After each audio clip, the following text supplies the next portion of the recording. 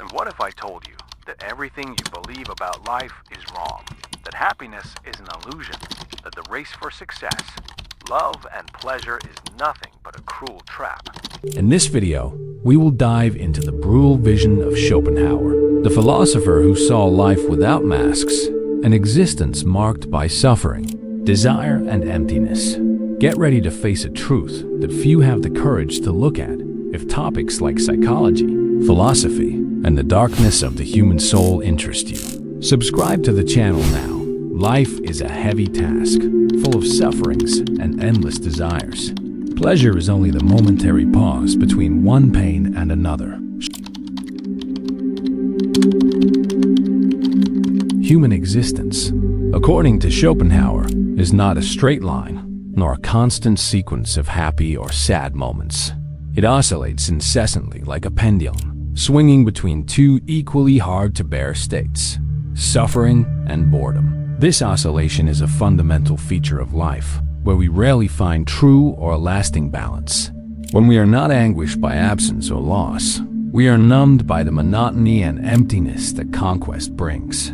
It is a cruel dance between the emptiness of lack and the emptiness of excess. Suffering, for Schopenhauer, is not just an isolated accident or a passing circumstance, but the very essence of existence. From the moment we are born, we are thrown into a world where pain is embedded in our condition. Unfulfilled desires, losses, frustrations, illnesses, and inevitable death make up the setting of this drama. But what makes this vision so brutal is understanding that suffering is not a deviation from the norm. It is the norm. It is the central axis around which all of life revolves. The human being, therefore, does not seek pain, but is its constant companion. On the other hand, when we finally get what we want, be it love, money, recognition, or power, the result is not eternal happiness, as we would like to imagine. The pleasure obtained is temporary, fleeting, and soon gives way to boredom, to an existential emptiness that also imprisons us. It is in this boredom, in this feeling of now what, that the human finds themselves, realizing that the conquest did not fill the internal void they believed had been closed. Thus, life becomes a repetitive cycle. We desire, we fight, we achieve, we fall into boredom, and then we desire something else. This constant oscillation between the suffering of lack and the boredom of possession is what Schopenhauer described as a psychological prison. It keeps the human being trapped in a never-ending cycle where there is never true rest.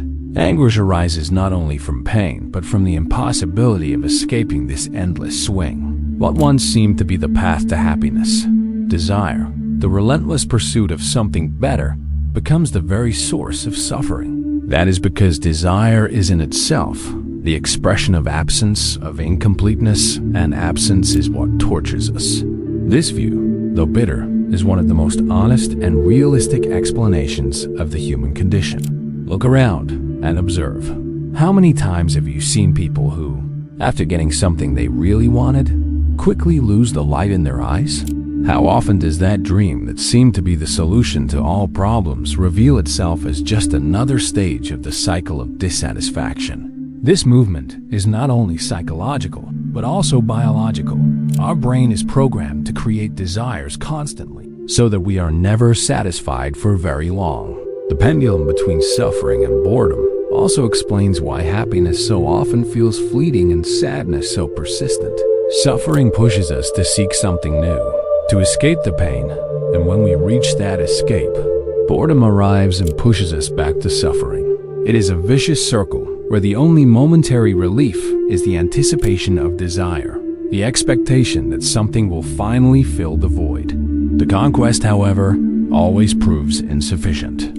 This tragic dynamic of desire and frustration makes us prisoners of an endless quest, where the true enemy is not absence itself, but the illusion that happiness lies in the next goal, the next step, the next fulfilled desire. Schopenhauer invites us to face this cycle without idealizations, to recognize that suffering is not a flaw in the system, but the system itself, and that the constant oscillation of the pendulum is the rhythm of our existence. Finally, understanding this oscillation is the first step toward a deeper view of life. not so that you surrender to despair, but so that you can recognize the traps of desire and perhaps find, amidst this struggle, a more conscious way of living. Because truth without masks, as harsh as it may be, can free more than any comforting illusion. What do you think causes more suffering in life? Unfulfilled desires or the illusion of love? Leave your answer here in the comments. Act TW, or the prison of desire. Desire is the invisible force that moves the human being, but it is also the chain that keeps them trapped in a psychological prison without visible walls. Schopenhauer saw desire not as something benign or neutral, but as the deep root of human suffering. It pushes us incessantly forward, always making us feel that something is missing, that we are never complete. Thus, life becomes an endless search for something that, in essence, is impossible to fully attain. This constant search is not motivated by a rational will to improve life, but by an almost instinctive need, an internal void that haunts us. We want what we do not have because we only feel the absence, the lack. Desire is born of dissatisfaction. We want more money because we do not have enough. We seek love because we feel loneliness. We yearn for recognition because we fear insignificance. In all these forms, desire is an expression of incompleteness, of the open wound within us. But what makes this prison particularly cruel is that even when we get what we desire, the effect is fleeting. Pleasure is short-lived, the relief momentary, and soon the void returns with renewed force. That is because desire is not a need that, once satisfied, disappears. On the contrary, it is a flame that fuels the very existence of suffering. Each achievement paves the way for a new desire, a new lack, and the cycle begins again, always. There is never rest, never definitive satisfaction. Schopenhauer compares this process to a dog chasing its own tail. The dog struggles, spins, almost reaches the tip, but it is always out of reach. When it finally bites the tail, the relief is temporary, for the movement continues and it returns to spinning. This mechanism of desire keeps the human being spinning in a wheel of suffering and frustration, unable to escape. It is a psychological trap that consumes us, even when we believe we are achieving happiness. This prison of desire also explains why so many people, even with everything the world offers, wealth, fame, power, remain dissatisfied and unhappy. Desire is relentless. It never goes out. Celebrities who live at the height of fame and fortune often face depression, anguish, and emptiness. What Schopenhauer shows is that the cause of this suffering does not lie in the external environment, but in the very nature of desire and the will that governs existence. Moreover, the human mind is biologically programmed for this cycle. The brain's reward system releases dopamine not when we reach a goal, but when we are pursuing it. The anticipation of desire is more pleasurable than its fulfillment. When we finally get what we want, the reward quickly diminishes, leaving a void greater than before. It is a cruel system that keeps the human being hungry, always seeking the next satisfaction, but never reaching fulfillment. This understanding forces us to face an uncomfortable truth. Desire is not a tool to achieve happiness, but the very root of suffering. Therefore, to relentlessly pursue what we want is to entangle ourselves in a prison of endless torments. This realization is not an invitation to despair, but an invitation to deep reflection on how to deal with our own nature and find a way of living that does not depend on the illusion of desire. In the next act, we will explore the indifferent nature of the universe, which offers no comfort or justice for our pain, and how this indifference further amplifies the challenge of existence. Understanding that there is no predetermined meaning, that there is no caring God watching over our happiness, can be brutal, but it is also the starting point for a life lived with open eyes, far from illusions. Schopenhauer's view of nature is as brutal as it is realistic. It is indifferent to any human suffering. Unlike the comforting idea of a just or benevolent world, nature offers no meaning, no justice, no compassion. It simply is a blind force that proceeds, indifferent to the pleasure or pain of those who exist within it. This indifference is the backdrop to the entire human tragedy. From an early age, we are taught to admire the beauty of nature, the blue sky, the flowers, the serene landscapes. However, behind this charming veneer lies a harsh and merciless reality. Predators hunt prey, diseases devour bodies, and life is sustained through a constant struggle for survival. The apparent beauty hides the violence and suffering that uphold the cycle of existence. Schopenhauer saw the natural world as a spectacle of horror, where every creature is at once hunter and prey, incessantly fighting to stay alive. This cycle has no purpose beyond the mere continuation of life, and pain is its raw material. Life is not a paradise, but a machine that turns driven by pain, fear, hunger, and struggle. For him, the criterion for measuring the quality of a living being's existence is not pleasure, but the amount and intensity of pain it endures. Pleasure is, at best, a momentary absence of pain, an interval between inevitable torments. This perspective deconstructs the common notion that life should be a pursuit of pleasure. On the contrary, it is a journey through suffering. This indifference of nature makes the human fate even more cruel. For our suffering is not the result of a flaw in the system or a punishment, but an inevitable consequence of existence itself. Diseases, accidents, the loss of loved ones, and death itself are natural events, which occur without reason, without justice, and without purpose. Nature does not care whether we are happy or sad. It simply follows its course. More than that, nature is ruthless in its indifference. It does not choose who will suffer more or less, who will have a long or short life, who will have health or disease. From baby animals devoured before they learn to walk, to human beings facing terrible illnesses, suffering is a universal and unavoidable component. This brutality is an integral part of the natural cycle. Schopenhauer also observes that life is an endless chain of suffering, a continuous succession of challenges that give us no rest. Human existence is immersed in this flow of pain and loss, and death, far from being a fair liberation, is the only certainty we have, the final point that comes mercilessly to all of us. Nature, in this sense, is neither good nor evil. It simply has no consciousness. Finally, understanding this cruel indifference of nature confronts us with an uncomfortable reality. There is no higher force watching over us.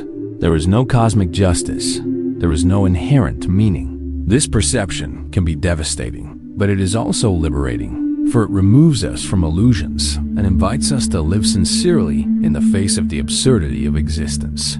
Accepting nature as it is, without romanticism, is the path to a deeper understanding of life. Love is perhaps the most powerful and seductive of the illusions that human beings create for themselves. From a young age, we are conditioned to believe that finding the right person is the meaning of life, the source of true and lasting happiness. However, Schopenhauer breaks with this fantasy, revealing that love is, above all, an impersonal biological mechanism, a natural trap created by evolution to ensure the perpetuation of the species, not personal fulfillment. For him, love is not a noble, spiritual, or transcendent feeling, but a cruel game of manipulation of the will, designed to ensure that our genes are passed on. What we call passion, attraction, desire, are nothing more than biological strategies to keep the species alive. Love is not a divine gift. It is a biological need, cold and calculating, that does not care about our individual happiness. This view dismantles the romantic idea that love is a force that completes or saves the human being. In reality, love condemns us to suffer, whether through rejection, loss, the routine that erodes passion, or the jealousy and conflict that arise even in the most stable relationships. Romantic suffering is an inevitable constant, a shadow that follows all the love stories we tell ourselves. Moreover, Schopenhauer perceives that love is trapped in the same cruel cycle of desire that imprisons us. What we desire in a person is not them in themselves, but what they represent for the continuation of life, the promise of offspring, the survival of the species. Thus, when the reality of the relationship sets in, with its imperfections and wear, the enchantment fades, leaving emptiness and frustration. This romantic disillusionment is amplified by the way society and culture construct comforting narratives. We tell stories of happy endings, soulmates, and eternal love to mask the harshness of reality. We create ideologies, religions, and myths that give meaning and hope to the suffering that love brings, an attempt to domesticate the emotional chaos it generates. However, Schopenhauer challenges us to go beyond these stories, to face the raw and naked truth. He invites us to recognize love for what it really is, an impersonal, inevitable force that does not guarantee peace or happiness. This awareness does not have to destroy our capacity to love, but it can free us from unrealistic expectations and the unnecessary suffering they provoke. Parallel to love, other human narratives function as anesthetics for existential pain. Beliefs, religions, ideologies, dreams of progress and success. All are forms of collective illusion that allow us to keep living in the face of the absurdity of existence. Without these stories, the weight of reality would be unbearable, and most people would succumb to despair. However, the great question Schopenhauer leaves us with is, what is the price of these illusions? How much suffering do they spare us, and how much suffering do they silence? What if the only true redemption was to face reality without masks, accepting life as it is, without clinging to the false promises of love or narratives? This is the harsh reflection that calls us to the next act, where we will explore the inevitable silence before the void. The human brain, this complex and fascinating machine, is also our greatest prison. Schopenhauer, long before modern neuroscience, already intuited that the human mind is not a neutral stage where we choose our destinies, but a battlefield dominated by desires, illusions, and automatic mechanisms that keep us trapped in the cycle of suffering. Our brain was not designed for happiness. It was shaped for survival. The dopamine system, the neurotransmitter responsible for the sensation of pleasure, functions like a cruel trap. It releases this chemical not at the moment we achieve our desires, but during the pursuit of them. Anticipation is what generates pleasure, not achievement. Thus, the brain keeps us constantly hungry, always seeking something new, renewing the cycle of desire and frustration without ever allowing lasting satisfaction. Moreover, the negativity bias, a psychological mechanism that makes bad experiences have more impact than good ones, makes us more sensitive to pain than to pleasure. An insult hurts more than a compliment comforts. A loss weighs more than a gain brings joy. This mechanism, which was vital for the survival of our ancestors, today becomes a burden, feeding anxiety, fear, and continuous dissatisfaction. We are also the only animals endowed with deep self-awareness, and this capacity brings with it an enormous weight. While other beings live in the present, we relive the pain of the past and anticipate the anguish of the future, multiplying suffering in an endless chain of worries and mental torments. Schopenhauer called this experience pain suffered twice, first at the moment of the event, then in memory and anticipation. This self-awareness makes us prisoners of thought, and no matter how much we try to free ourselves, we are hostages of our unconscious processes. The mind creates narratives to justify suffering, creates distractions, work, entertainment, relationships to avoid facing the fundamental truth. But these escapes are nothing more than temporary palliatives that only postpone the inevitable encounter with the void. The brain not only fails to provide us with happiness, it also activates mechanisms to deceive us and protect us from harsh reality. The release of serotonin, another neurotransmitter linked to well-being, helps us accept the unacceptable, to conform to the imperfection and transience of life. This brain chemistry creates a kind of comfortable illusion, a curtain that keeps the truth out of our conscious reach. However, even these chemical illusions are temporary. Over time, the mind begins to decline. Memories are lost, abilities disappear, identities fragment. Neurodegenerative diseases such as Alzheimer's and Parkinson's are cruel testimonies of the brain's finitude, the instrument we value so highly and that keeps us captive to suffering. the body and mind finally dissolve into absolute silence. In the face of this reality, we are forced to confront the inevitability of death, the last and greatest liberation or prison. Schopenhauer shows us that, despite all the complexity and illusion of the human brain, in the end, we remain only a temporary and vulnerable being, thrown into the abyss of existence. Understanding this prison is the necessary step to find a way, however austere, to inner peace.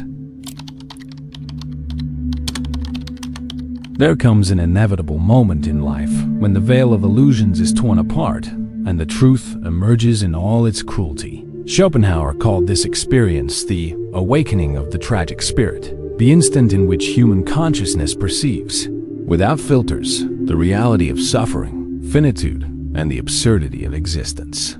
It is the shock of facing the fact that life, in its essence, has no meaning and no promise of redemption. This awakening is painful because it shatters all the narratives that once sustained us. The dream of progress, the hope for eternal love, the belief in divine justice. When the tragic spirit awakens, it sees that all battles, achievements, and joys are nothing more than brief intervals between incessant cycles of pain and emptiness. Life is a tragic play, and the final act is inevitably death. But it is not merely a moment of despair.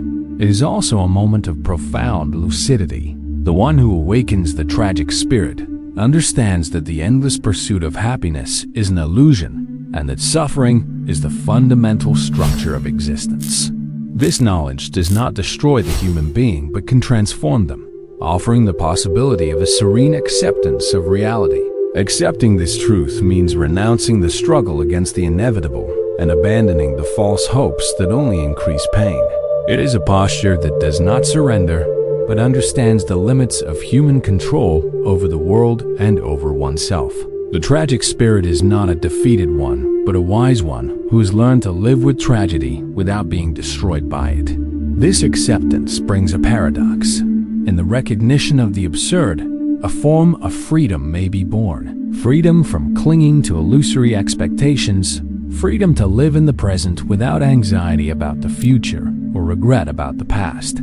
It is the chance to distance oneself from suffering through the simple understanding of its inevitability and nature. Art and philosophy are paths through which the tragic spirit finds expression and relief. In the contemplation of beauty, in creation, and in deep thought, the human being finds fleeting moments of transcendence, where the weight of suffering is softened by aesthetic and intellectual experience. Schopenhauer saw in music, especially, a refuge where the individual rises above the will. Finally, the awakening of the tragic spirit is an invitation to face life in its totality: pain, boredom, emptiness, and death, without masks, without illusions, but with courage. It is a call to live with awareness, even in the face of the absurd, recognizing that this awareness is the greatest gift and the heaviest cross of humanity. Schopenhauer proposes a simple yet brutal solution to the endless cycle of suffering: the reduction of desire. For him, desire is the root of all anguish and frustration, for it is in constant wanting that the human mind becomes imprisoned. Fewer desires mean less suffering.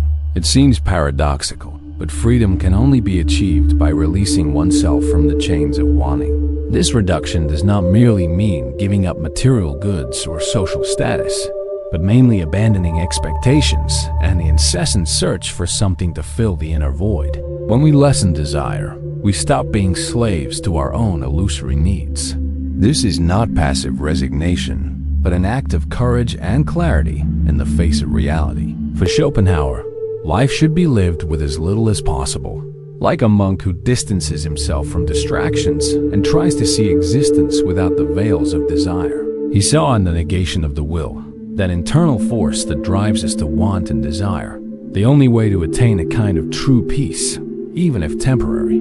This path is, however, challenging. We are immersed in a culture that encourages consumption, accumulation, and the incessant wanting of more. Modern society bombards our minds with stimuli to awaken desire, keeping us trapped in the illusion that happiness is always one step ahead. Breaking free from this requires a deep and radical transformation. Eastern wisdom, especially Buddhism, echoes this philosophy of Schopenhauer by teaching the renunciation of desire as the path to end suffering. The idea of nirvana, or liberation from the cycle of suffering, is analogous to the reduction of the will that Schopenhauer advocates. Thus, this pessimistic view takes on a practical and spiritual dimension. By reducing desire, we are not denying life, but accepting its essential nature. It is a way to embrace the world as it is, imperfect, transient, cruel, and to find serenity within this reality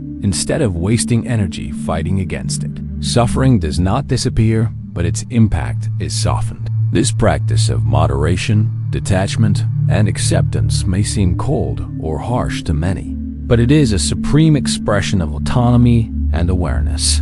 By mastering desire, man does not become passive but wise, living with a clear mind and a spirit free from the invisible chains that bind him. Ultimately, Schopenhauer shows us that the only true escape from suffering does not lie in fleeing life, but in altering our relationship with it. To reduce desire is the path to break the internal prison, and in that small space of freedom lies the greatest form of resistance to the cruelty of existence. We have reached the end of this journey through Schopenhauer's brutal vision, where life is revealed as an incessant cycle between suffering and boredom, dominated by desires that are never satisfied, and an indifferent nature that offers no comforting answers. We are not here to deny this reality, nor to drown in nihilism, but to face it with courage and clarity. Understanding that suffering is an essential part of existence does not condemn us, but can liberate us.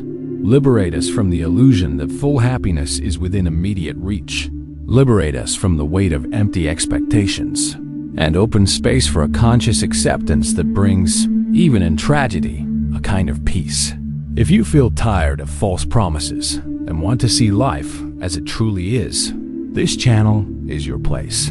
Here together, we explore these deep truths without masks, so that you can grow, reflect, and find your own strength amidst the chaos. Do not forget to subscribe to receive more content that challenges the superficial view of the world and invites you to look beyond the obvious. Activate the bell so you do not miss the upcoming deep reflections. Some think this was the end, but be careful. The war is not over yet. There are still things left unsaid. These two videos in front of you are not here by chance. And what if everything you believe about yourself is just a reflection of someone else's gaze? Click now on one of the videos beside and start breaking that mirror. You will have to risk the click. So, which one will you choose?